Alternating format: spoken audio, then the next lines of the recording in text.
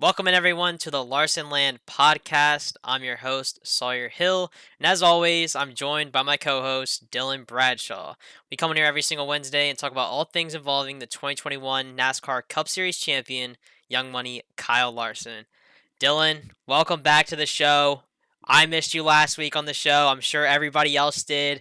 Welcome back. How was the move down to Florida? Yeah, it was rough. Drive is never fun. It's a long ways. I think it was a total roughly 15, 16 hour drive. So all that with unpacking, it's just kind of tough. But finally settling in, so we're back at it. Got the setup ready, so Yeah, the ready lighting. to. Yeah, the lighting definitely got a lot of lighting going here. Got the jerseys hung up behind me, so setup's looking good and ready to do some content. Absolutely. So before we get into the Bristol race, this past weekend with Kyle Larson, the biggest news of the week, Dylan, Kyle Larson, huge contract extension deal keeping Kyle Larson at Hendrick Motorsports through 2026 under the HendrickCars.com sponsorship. Finally, I think we can just end all the speculation and all the rumors. Oh, Kyle Larson's going to leave Hendrick. He's going to go to Stewart Haas, whatever, da da da. That's all over. Kyle is at Hendrick for the foreseeable future. Yeah, it's nice to see. I mean, everyone was, kind of speculating going back to the Stuart Haas thing. Before he signed with Hendrick, everyone was, blowing that up because we know Tony Stewart loves Larson so much. He says he's the best driver he's ever seen. So everyone was kind of, all aboard the Stuart Haas thing. But yeah, through 2026, a lot of people were surprised. I wasn't too surprised that Hendrick Cars is remaining the primary sponsor through all that. I mean, he's so far just in last season, he's just done so much for Hendrick Cars, and it's kind of his, his staple scheme, kind of like Jimmy Johnson with the low scheme. It's just kind of his thing now. So, he's extended Byron and Elliott. They also got extended early in the year.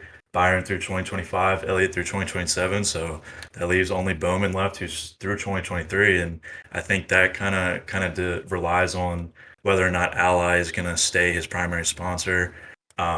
Curious to see if that deal will be done this year. He's putting up a pretty solid run here in the playoffs, which I was kind of surprised by. But yeah, I mean, good news overall for Larson. Happy to see him back with Hendrick for a while. Yeah, absolutely. Just, obviously, I think the best place Kyle Larson could be at. I mean, there's obviously been, like we said, the rumors of him going other places, but I don't think there's any. We've talked about it all the time. There's no better organization in NASCAR than Hendrick Motorsports, and I'm definitely excited to see what this brings for Kyle all the way through 2026. So, like you said, Alex Bowman is the last Hendrick driver without a long-term deal. I think through 2020 or past 2025. I think everybody else is signed through 2025. But like you said, Ally. I think Ally is. They seem to have a pretty good presence in motorsports. They still do a lot of stuff with Jimmy Johnson, and then I'm pretty sure they sponsor some stuff on like the Dale Jr. Download and some other stuff like that. So I mean, I think Ally is a sponsor that they're truly, I think, gonna be an ally to Alex Bowman in years to come. Yeah, I guess only time will tell. I mean, a lot of people, kind of want Bowman out of the seat. Lackluster performance so far this season, but I mean, he hasn't been bad by any means. I mean, he's still young, so I mean, there's definitely he's not he's not a terrible driver. I don't think he should be Yeah. booed out of the seat. Hendrick has their guys. They kind of, I mean, Elliott, Byron, and Bowman. They all kind of grew up through Hendrick Motorsports, so they're kind of homegrown Hendrick Motorsports guys. So I don't see him going anywhere. I think Yeah. he'll stay with Hendrick. Yeah, I think that too. And honestly, the biggest thing that kind of made me sway in the direction of Bowman staying at Hendrick Motorsports after 2023 was Noah Gragson moving up to the Cup Series. And I kind of thought originally that maybe Gragson would be a guy that would take a Hendrick seat at some point, but kind of looks like that's not really an option now. But yeah, Bowman, I think he's it seems like over the past couple weeks he's really started to turn it on a little bit, and maybe he can put on a little playoff push here. But kind of before we get to the Bristol thing, one more little bit of news that kind of came out over the past week. The 2023 NASCAR Cup Series schedule was finally announced, Dylan. We've been waiting for this for months now. It seems like it's been a long time coming as in comparison to previous years when we've seen the schedule come out. But the big one, North Wilkesboro All-Star race. What were your thoughts when you saw that race on the schedule? Yeah, it's definitely cool to see. I mean, a big advocate for that has been Dale Jr., the whole Save the Speedway thing. They've been putting on a bunch of races. We saw actually Dale Jr. do the asphalt late model there. So the attendance has just been like off the charts there. They're definitely bringing a ton of publicity. So I was surprised though because before they started racing there, they were kind of saying that the attendant or the old stands for fans to sit in stuff, they were kind of out of shape and not necessarily to standards. But I mean, I assume that's a pretty easy fix. They could just throw in some temporary seating or whatever. But yeah, it's really cool to see an old track come back. I mean, who knows? We might see some more old tracks come back. Rockingham, who knows? It's cool to see an old piece of NASCAR and the Winston Cup era kind of make a return. Right. And I think like the stuff you talked about with like the seating and all that stuff, I think that's kind of the reason, they were originally planning to tear up the old surface and turn it into a dirt track for the fall and run, late model and sprint car races and stuff. All that stuff has been canceled if you've been following the situation. So it's like I think they're going to kind of shift their efforts to the All-Star race now, and it's going to be, all hands on deck to try and get that track ready, the facility, everything around it, just all ready to go for that race. And I'm sure when it gets to that race, it's going to be one of the biggest ones of the season next year.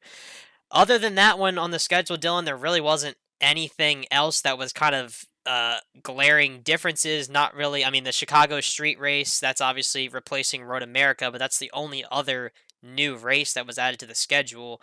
One little thing I did want to point out about the schedule is the Sonoma race on June 11th.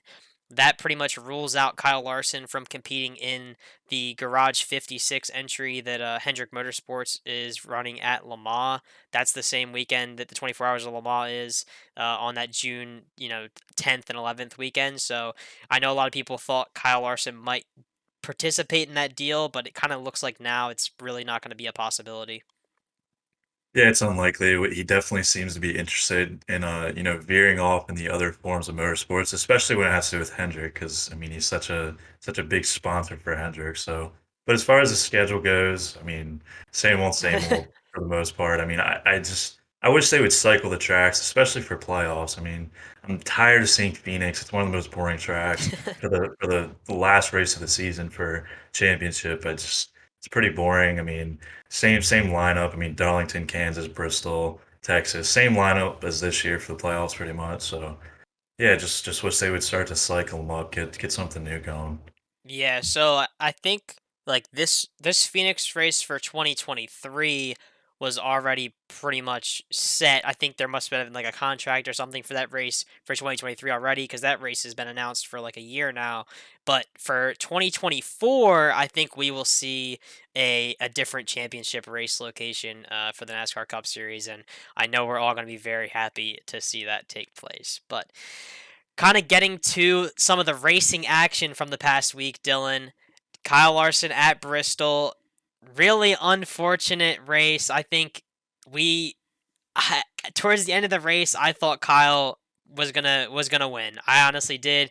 I thought he was gonna back up his win from last year. His pit crew did an awesome job all night. It seemed like they just every time it was hard to pass. Everybody that watched the race saw that it was hard to pass, very hard to pass. And Kyle starting fifth, it seemed like it was hard to get from fifth to first, but his pit crew did it for him at the end of the day, and they helped him make up spots throughout the day. But when it counted most, there was a mistake that made Kyle slip back to fourth on the final restart after Christopher Bell blew a tire. Some debate whether there should have been a caution or no caution for that. Dylan, what do you think about the Christopher Bell tire incident, and whether do you think there should have been a caution or not? It's tough because we saw a lot of guys at Bristol with tire issues. I mean, Bell, Blaney, Yaley, Keselowski, Hamlin, Burton had multiple. So there's just a whole ton of tire issues. I mean, the late caution, whether or not they should have thrown it or not, screwed Larson regardless. You mentioned the slow pit stop, the right front didn't get tight, so. But the pit crew they were fast all night, but it's Yeah. just really unfortunate there.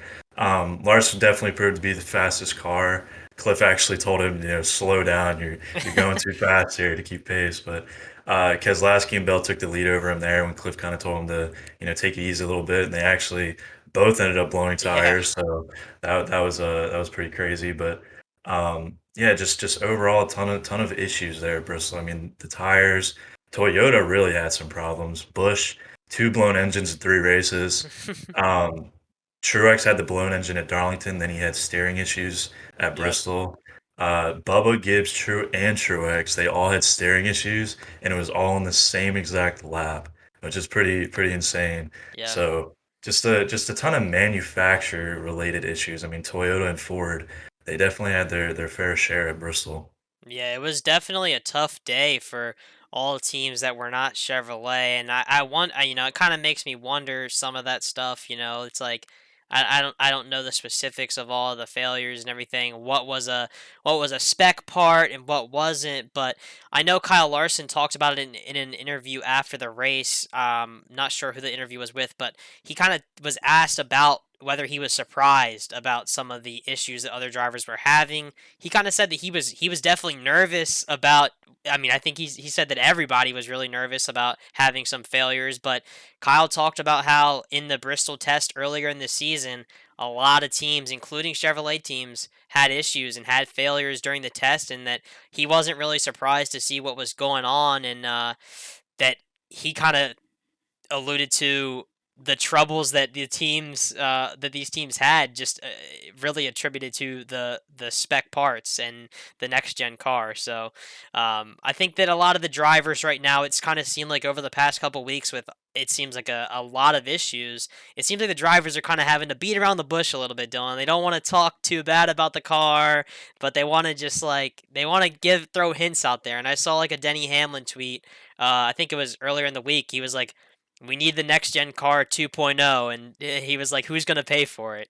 Yeah, I saw that. It definitely seems that the people that are talking are the veteran drivers. I mean, Harvick, he's been the biggest or the most outspoken one. I mean, he released a shirt earlier today. I don't know if you saw. It was mocking NASCAR's crappy parts that they've been giving out. He just got the bad end of the deal all playoffs. I mean, just nonstop for him. Truex, I mentioned earlier, he was flipping off his engine bay when he was parked with power steering. Yeah, just a ton of issues lately.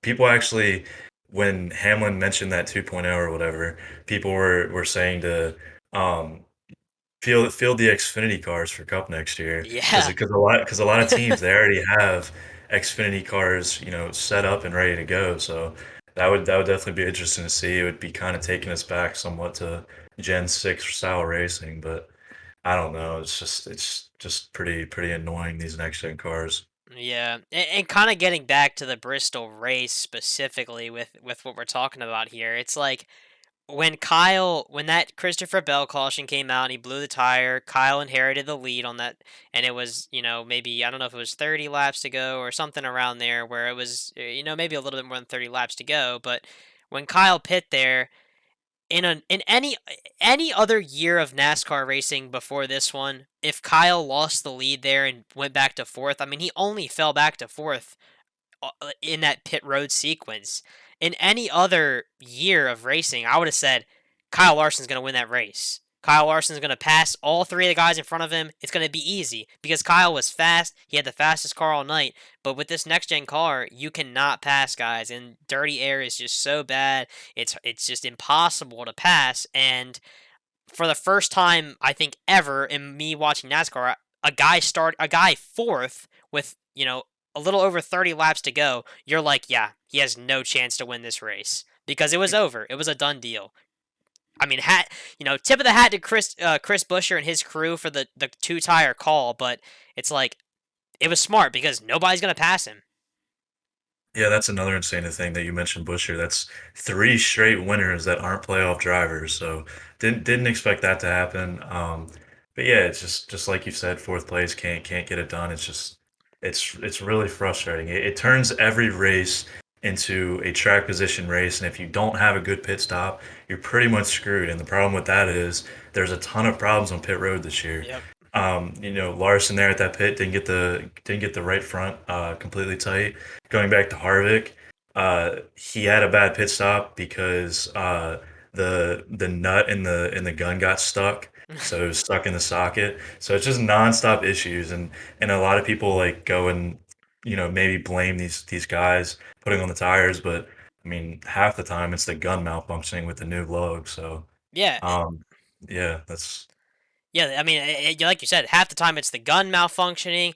They've had problems with the locking mechanism on the wheel, and it's just like most of the time when there's been problems, it really hasn't been because the guys on pit road have been making mistakes. It's because something's wrong with either the gun, the nut, the locking mechanism, something involved with that entire wheel assembly that is causing them to be slow on the pit stop. And I don't think that had anything to do with Kyle's slow pit stop at the end of the race, but it's like we can't blame the pit crew guys for every single one of these mistakes. And I think NASCAR definitely needs to address at least that part of it going into the offseason, especially if it's going to be the same type of racing next year. We can't have every single race won off a pit road. I mean, it's fun to see that happen every once in a while, but after a while, it's like it's the same old thing every single week. A guy has a tire that doesn't get tight and he loses the race because he can't pass anybody. It's not Right. fun, not Yeah, very fun to watch.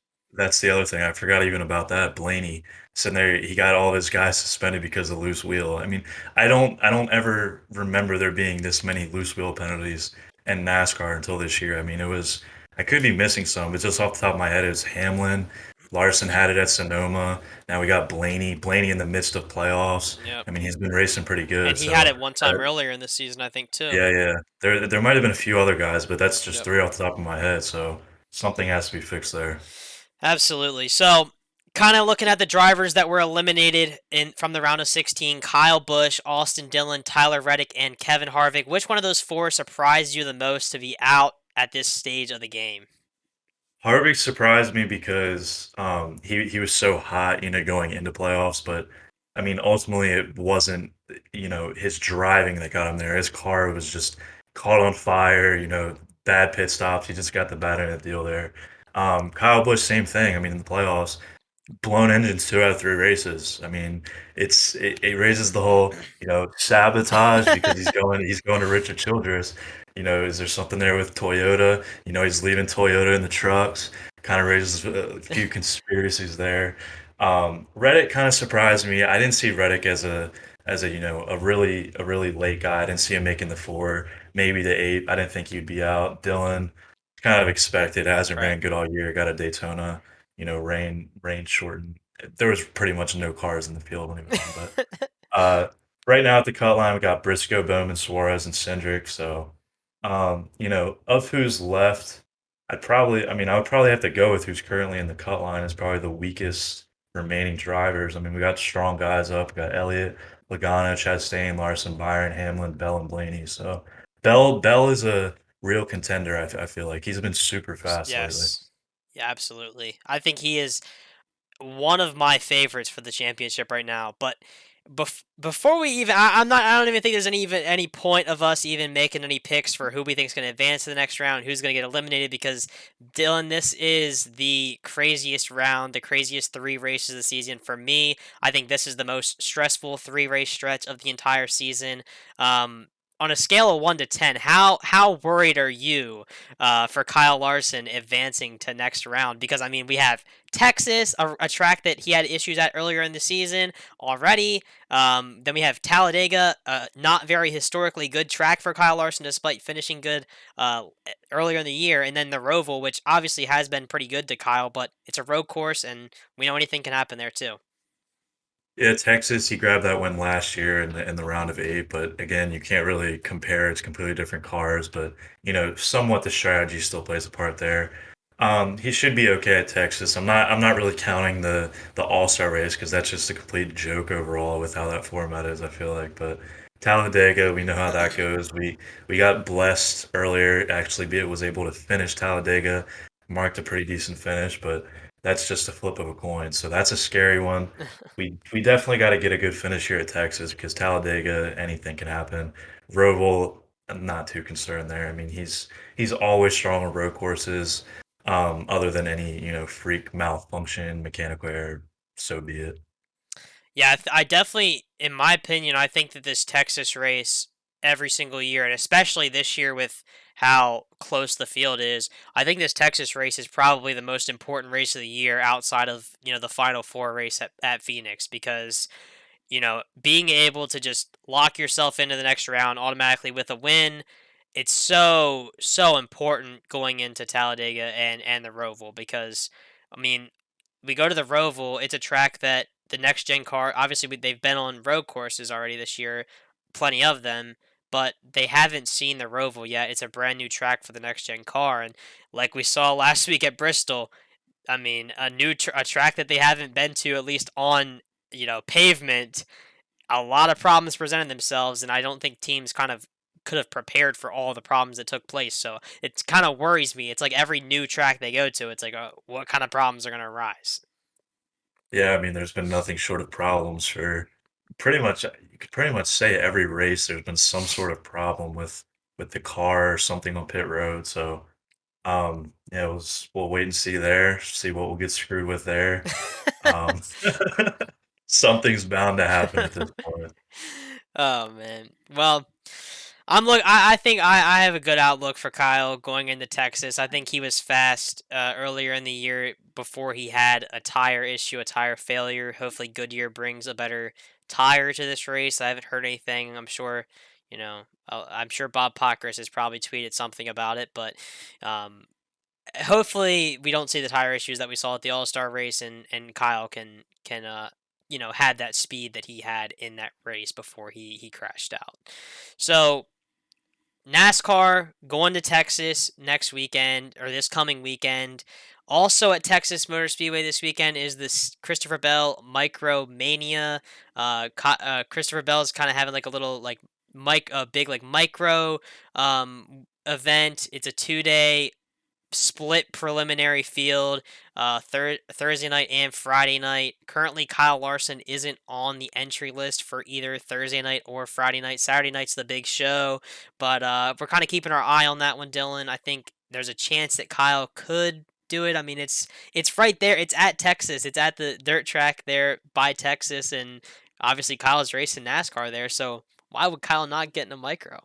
Yeah, we got some NASCAR guys there. Christopher Bell, Kyle Busch, Sheldon Creed, Hemrick, Brett Moffitt, Nemechek, Yaley. Then we got some NASCAR sons there. We got Brexton Busch, Owen Larson. So yeah, I mean, if his son's competing, I don't see why Kyle Larson wouldn't be competing in that. So keep an eye out for that. Hopefully he races it. Yeah, I think right now the entry list is currently sitting over 100 drivers already at the time of us recording this on Tuesday night. But if Kyle does end up entering in, you know where to find that information on Larsonland. All of our social media, stay up to date on all things Kyle Larson. As far as confirmed dirt track races over the next couple weeks, the only one still on the schedule, I talked about it last week, Dylan, the September 27th race, the Tuesday night at Wayne County Speedway, which actually kind of big news coming out today. Again, Durst putting up an additional $10,000 to the race winner in that high limit Sheldon Haudenschild Buckeye Brawl or Buckeye Bash, whatever it is. So now 32,000 $22 to the winner, Dylan. Huge race going into National Open weekend at Williams Grove. Yeah, definitely. It's pretty cool to see Durst. I forget what race they also added additional prize pool to. It was the other one at It at Lincoln or at Lincoln okay, Park. yeah. Yep, the other high limit one. So it's we have those, and then we have the races where the track puts a bounty on Larson, where if you beat him, you get an additional prize. So yeah, that's cool to see. These midweek races are definitely cool. We can see maybe some other guys compete in it that are in the NASCAR side of things, like Bowman and so on, even Christopher Bell. So yeah, expect good things there. Yeah, definitely looking forward to that one. Hopefully, a pretty stout field for that race. Obviously, going leading up to Williams Grove National Open weekend for the World of Outlaws NOS Energy Drink Sprint Cars. Still, I know a lot of people have been asking us, Dylan, if Kyle's going to be at Williams Grove for the National Open. Obviously, he was there last year. He won on the preliminary night of racing there last year, but still, right now, no word as to if Kyle Larson will be there at Williams Grove. But if he is there, I'll be there at the track, trying to cover the event. But I kind of have a thought that if they're bringing the car out and they're going to race um, at Wayne County. I feel like they're going to go from Wayne County in Ohio and go over to Williams Grove in Pennsylvania later on that week. So we'll see. But I know a lot of people are looking forward to that one, and I hope Kyle's there. Yeah, definitely. Unfortunately, I can't make it out there. I moved. I'm covering the Larsonland South district now, so hopefully he races those Florida races at like Alltech and Volusia later in the year. Golden Isles. You usually go to that, so maybe we'll both be at that one. So itching to see him back in a late model. That's probably my favorite, form of racing to watch in person so far. Yeah, definitely can't wait for Florida Georgia Speed Weeks in January and February. I kind of hope to get down there for Golden Isle, like you said, and I can't wait to see some more of your coverage if Kyle runs some stuff at Volusia or Alltech and all those other tracks down there. It's a good time watching that late model racing down there in Florida. Yeah, definitely. I mean, that should pretty much cover everything here. Not much else to cover. Not too much dirt. Like we said, just kind of locking in for NASCAR playoffs, it seems. So other than that, if anything comes about, check out our Twitter, post notifications on. That's where, we post everything the quickest. That's the easiest way to get the word out. As always, thank you guys for watching. Thanks for the support, and that should do it. Yep, we'll be back again next week to recap all the racing from Texas as well as anything else Kyle races in. If he does the Seabell Micromania stuff, we'll have full coverage of that on our social media. So if you're watching this on YouTube, please don't forget to like this video and subscribe. And if you're listening on Apple Podcasts, please follow our podcast so you don't miss a thing. Have a great rest of the week, everyone, and enjoy the on track action over the next week. We will see you in the next episode.